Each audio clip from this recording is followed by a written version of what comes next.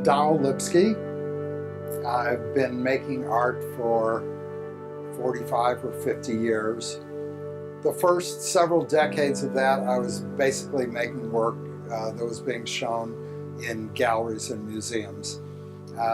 But the last 20, 25 years, most of my work has been work that's commissioned for out in the public in places like this, rec center, airports, parks, libraries, hospitals, athletic venues, and so forth. I start with a blank slate and I just try to think what would just be amazing to be in this spot. And because anything in the world is possible.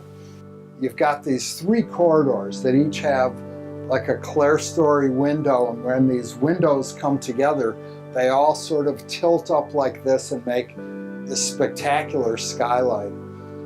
So I got the idea of a nest hanging right there, which is the focus of the place. We opened it up to the public and we set up a website.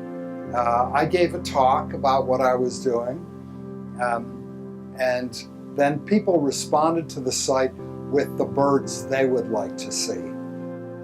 Then I started thinking about the birds flying to the nest, each one carrying another twig to add to the nest. So it's really about teamwork and coming together and working for a common purpose, and all things that seem so appropriate here. To the best of my ability, I tried to illustrate what the nest would look like, and people were very positive about it. I think they really identified with the symbolism of the nest as being just super appropriate for this place. You know, the nest has been a symbol, maturing, coming together, going through the different stages of life, nurture, family, community, all those things that this place is so much about. At the same time, I divided the birds and had different birds in each corridor, different breed of bird. So there is a little bit of the team to it, but they're all working together on this one big project. And I thought there's something in that really reflects the sort of diversity that's in this neighborhood and inclusiveness. The Swainson hawk has what's probably the longest migration of any raptor in North America. They fly down to Brazil and down to Argentina, and their trip south takes them about 2 months. And then they come back up here and they nest again. And so besides being beautiful birds and wonderful to watch them fly, it just seemed right for here. And they were very popular. The great horned owl, I understand that you used to see them more often, but I've met a few people who have seen them and who have had them living near where they are. And they're just such amazing looking birds. They're the largest of the owls in Canada. People are drawn to owls. I think they're the most anthropomorphic in the sense that they've got a face that's more like a person's face than anything with a big beak. The third is the great blue heron that you see gliding around the bow. They're amazing birds. They have a wingspan of 6 feet, and they're just beautiful. These birds are built to scale. Of course, birds, like any living creature, they have a variety of sizes, and because we were making molds, basically a body mold for each bird. They're like the owls are all the same size, the hawks are the same size. But we made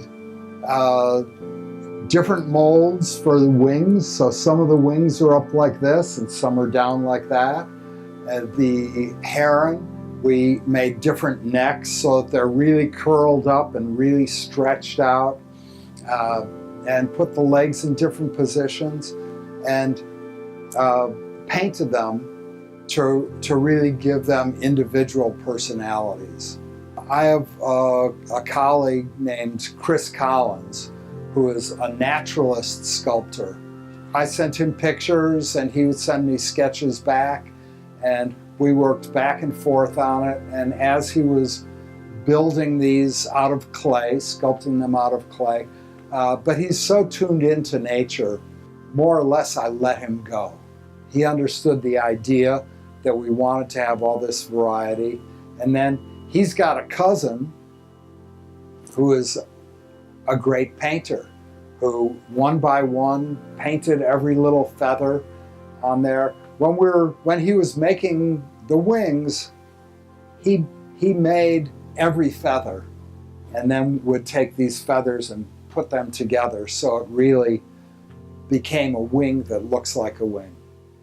So building the nest, basically I decided to make it out of acrylic rods. So they're clear plastic, so when it hangs there in that skylight, it'll just glow. You know, I looked at nests. I've got about 4 or 5 nests that I found. We've got a little house outside the city, and I have nests that we've come across. And I looked at how they're built, and I worked with a team of people, and I said, you've just got to think like a bird. And I don't know what that means, but they sort of got it. And you just, each branch you take and you try to find a place for it where it's going to work with the others and start to hold itself together. Of course, they're all strapped with little stainless steel bands, so it's secure. But basically, when you look at it, you just see this mishmash of twigs that have been put together. The birds are made out of fiberglass, and they have some steel in them where the wires are attached. And like the herons have steel in the legs to give them some solidity. But basically we made them out of fiberglass so that they're light. The herons weigh, I think, about 25 pounds. So for something that big, that's pretty light. It's still, if you think a bowling ball or a shot put weighs 16 pounds, it's still pretty heavy.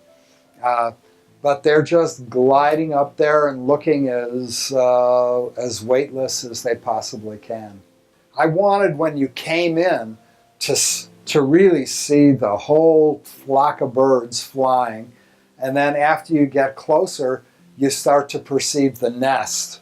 And, oh, that's where they're all going. But then there's a bridge, so you have them swooping up over the bridge. All those little details are fun, and we're making that up as we go along. And lots of my pieces function in that way. They've really become icons for the neighborhood and things that are dear to people's heart.